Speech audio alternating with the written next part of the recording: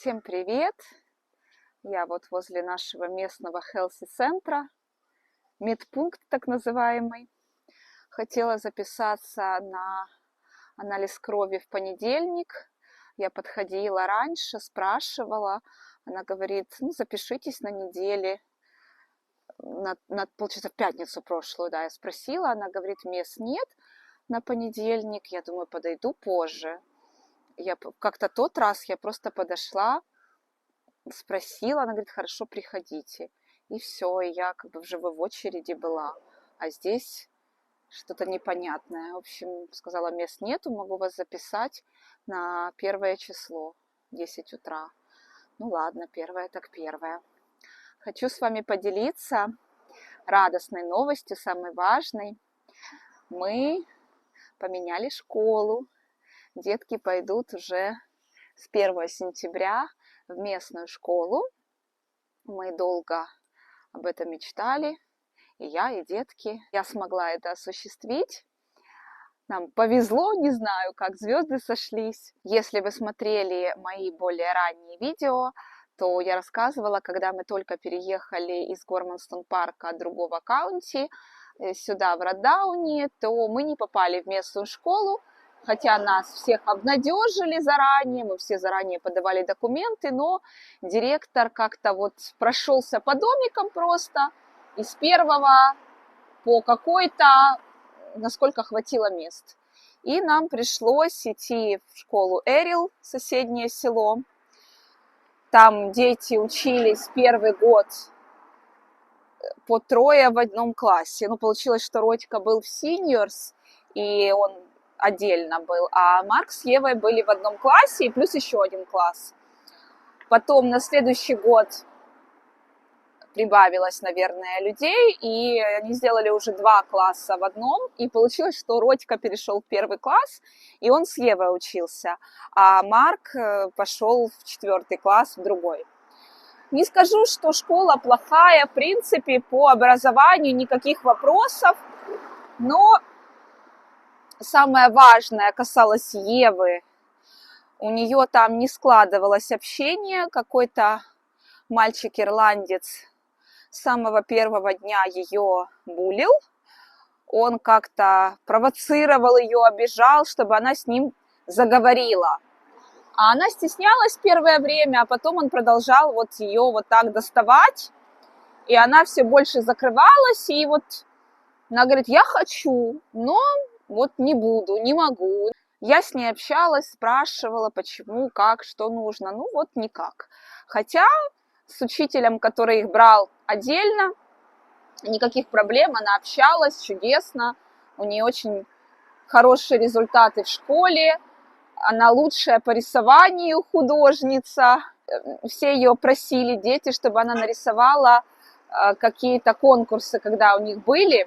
Написали мне в табеле, что она самая лучшая, у нее самая высокая оценка, и у нее талант к этому. Я не сомневалась, в принципе. И, конечно же, важный момент был в том, что я без машины, а иногда по причине, допустим, плохого самочувствия было пару раз, что мне звонили со школы, приезжайте, забирайте. У Марка или температура была, другой раз что-то типа теплового шока. И мне пришлось искать срочно кого-то из соседей за деньги, конечно же, но даже так найти сложно среди дня. В основном все на работах. И это очень неудобно. Ни на какую секцию. Вот, допустим, Ева хотела там что-то типа йоги детской. Она, конечно, слабенькая, как мне рассказывали. Здесь все, в принципе, такого любительском уровне. Но Ева хотела хоть на что-то ходить. И у нее по времени никак, потому что они приезжают с продленки аж вечером, а мне нужно время для себя, для английского, для восстановления. В общем, целый день расписан. И мне, конечно, очень хорошо, что они ходят на продленку, но иногда в каких-то ситуациях забрать пораньше никак не получалось. И какие-то мероприятия тоже добираться сложно. В общем, вообще неудобно. И у них все друзья здесь. Плюс Марк рассказывал, что здесь какие-то у них есть бонусы интересные. Здесь много классов, все по отдельности. Я надеюсь, что они будут очень довольны. Но, в общем, они мечтали. И я до этого уже приходила к директору, который был, общалась пару раз после этого, просила, объясняла. Он говорит, у нас в приоритете те дети, которые не имеют школы, которые только приезжают, и писал нас лист в ожидании, и никак. И вот уже перед этим годом мне мои говорят, мам, там мы слышали, что есть какие-то места, кто-то уезжал. Но я, конечно, даже не надеялась, что именно 3 возьмут. Мы договорились, что хотя бы одного кого-то для начала. Нам так подсказала Родина, учительница по английскому, которая приходила к ним на дом заниматься. Уже мы с ней попрощались, она переехала в Дубай работать. Мы, конечно, расстроены с Родькой. У них был очень хороший контакт. И вообще здесь сложно найти учителя, который еще домой будет приходить. Не знаю, найдем или не найдем. И она посоветовала попробовать хоть кого-то перевести, а потом подтянуть уже на следующий год.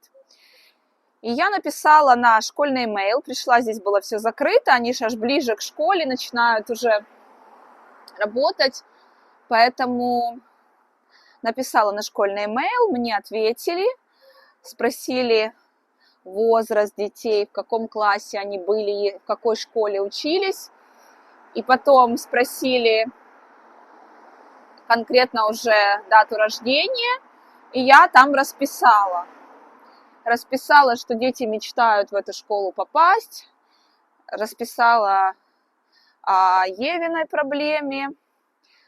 Я ее даже не воспринимала как проблему, как есть, но было, конечно, не очень хорошо, потому что она уже сама хотела заговорить, но вот ее что-то не пускало, и все. Пообещала мне, что в эту школу, если перейдет, будет говорить. Проверим. И описала, что друзья у них здесь все. В общем, кратко описала. Мне ответили, заполните эти формы и ждем вас 1 сентября. Я просто была в восторге. Заполнила онлайн-формы в Aladdin программа. И потом мне пришли номера, которые уже используют дальше для оформления регистрации непосредственно в этом Aladdin, где вся информация о детях, все, что в школе происходит, оплаты, все производится в этой программе. У нас не было так в той школе, там просто на e-mail писали. Неудобно было, конечно. Потом я переспросила, говорю, мне уже можно покупать школьную форму? Он говорит, конечно. Вот здесь в этом местном магазинчике покупаете джемперы с лейблом школы Фортунис. Как раз буду проходить сейчас мимо него. И можно штаны купить в Dance Store или в Пнисе. Я уже вчера Dance Store купила. И взяла еще на смену. Девчонки говорили, что в принципе не ругались, потому что форма дорогая. Дороже, чем говорили, что джемпер от 30 до 50. Вот переспрошу. Купила на смену такой без лейба, просто темно-синий, как и штаны в Дансе. Посмотрим, что скажут. Надеюсь, что пройдет, потому что, 2 покупать очень дорого. Рубашечки, футболочки пола голубого цвета у нас есть. Они, в принципе, здесь стандартные в основном. Еще для девочек здесь есть праздничная форма. Это такой сарафанчик. И колготочки можно одеть. Но Ева сказала, что не хочет. Может, потом захочет. В общем, можно в любой момент купить. Что еще было неудобно, чтобы купить форму для Эрил школы, нужно ехать в Раскреа, там, где Ева проходит ортодонтическое лечение. То есть, опять же, нужно кого-то просить за деньги, чтобы поехать форму купить. И бывало такое, что не все было. В прошлом году мне приходилось 2 раза ездить. В общем, одни неудобства были. Еще у меня в планах на следующей неделе с соседкой должны сходить в Роланд-Болл в Порт-Лише, забронировать места для пати-вечеринки для Марка. У него 10 сентября день рождения, он очень хочет в этот Роланд-Болл. Там, в принципе, очень многие уже были из его друзей, даже некоторые по 2 раза.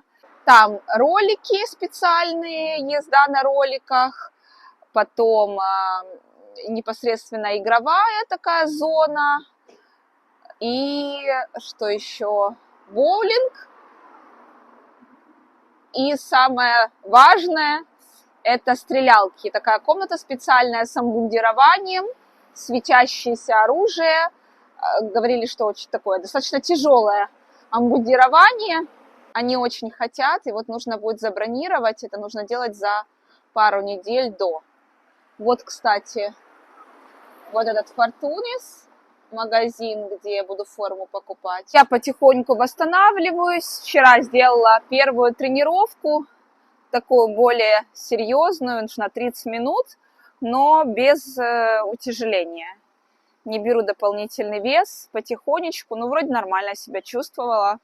Потихонечку немножко там даже кое-что не делала, исключила, чтобы чересчур не перегружать себя. Потихонечку вхожу в нагрузку.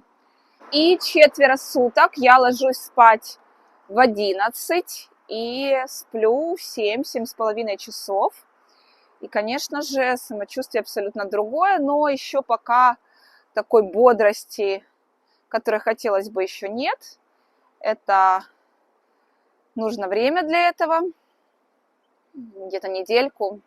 Ну, наблюдаю за собой, стараюсь себя беречь, насколько это возможно, не нагружать себя всеми сразу. Но самое главное – наладить сон.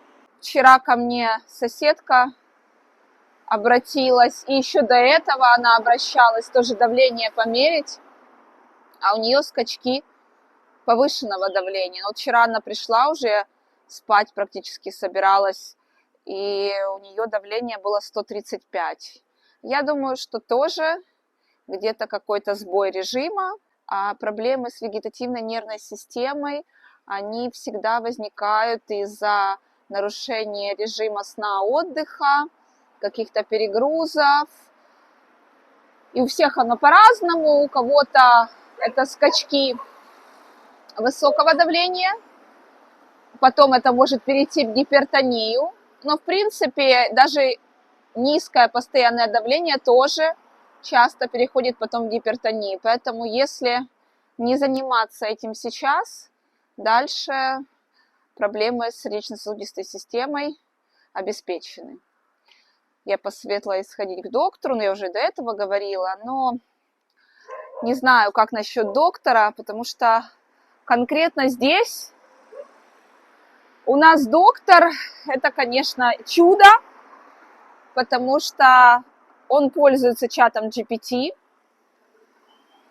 В принципе, я могу им воспользоваться. То есть он просто сидит и смотрит чат GPT. Для него проблема, когда я обратилась тогда с моим обмороком, который у меня был, и с теми проблемами, когда я пришла в том состоянии, он не знал, что со мной делать. Вот сейчас девчонки тоже рассказывают, что, говорит, я прочитала в GPT по симптомам, он практически то же самое мне прочитал, рассказал. Я в шоке, честно говоря. Я свой организм лучше знаю, чем этот доктор будет. Ну, единственное, конечно, когда нужно какое-то обследование, без него никак, назначение каких-то лекарств, того же антибиотика, без них никак. Но я, конечно, понимаю, чат GPT очень во многом помогает, но это не так, что ты сидишь и просто бездумно все там смотришь. Это ужас. Ну, тогда все могут быть докторами. Так что вот так. Я не говорю, что это все, но вот конкретно наш, который у нас семейный, вот он ведет себя вот так. Поэтому беречь себя, читать, узнавать самостоятельно и заботиться о себе самостоятельно. На этом у меня все. Берегите себя, здоровья вам, мира, добра. И увидимся в следующем видео.